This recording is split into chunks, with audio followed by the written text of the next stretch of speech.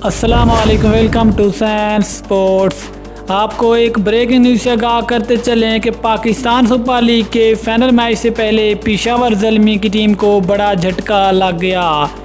पेशावर ज़ल्मी की टीम का एक अहम तरीन खिलाड़ी पाकिस्तान सुपर लीग के फाइनल से बाहर हो गया। ज़राए के मुताबिक पेशावर ज़ल्मी के fast bowler Mohammad Irfan Pakistan super league का फाइनल नहीं खेलेंगे।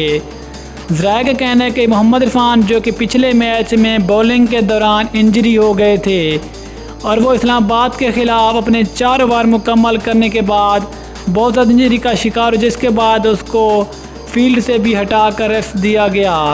लेकिन अब ज़राए का कहना है कि मोहम्मद इरफान मुकम्मल तौर पर फिट नहीं हुए और वो मुल्तान सुल्तान के ख़िलाफ़ अपना फाइनल मैच नहीं खेलेंगे और मोहम्मद इरफान की जगह अब पेशावर की टीम में या तो फास्ट बॉलर समीन गोल या फिर उसकी जगह एक leg spin bowler Ibrar Ahmed को पेशावर की टीम का हिस्सा बनाया जाएगा। लेकिन हो भी सकता है कि शायद मैच से कबल मोहम्मद इरफान मुकम्मल तौर पर फिट हो जाएं। लेकिन अब तक जो खबर सामने है उसके मुताबिक मोहम्मद इरफान अभी तक मुकम्मल तौर पर फिट नहीं है और वो मुल्तान सुल्तान के खिलाफ फाइनल मैच नहीं खेलेंगे।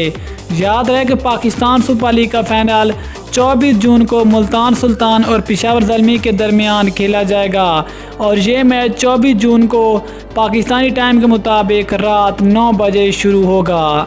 लेकिन आप किस टीम को सपोर्ट करेंगे, पेशावर ज़ल्मी या फिर मुल्तान सुल्तान? नीचे कमेंट सेक्शन में अपनी फेवरेट टीम का नाम ज़रूर लिखें। मिलते हैं अगली वीडियो में, तब तक के लिए इजाज़त दीजिए। अल्लाह हाफ़िज़। पाकिस्तान जिंदाबाद।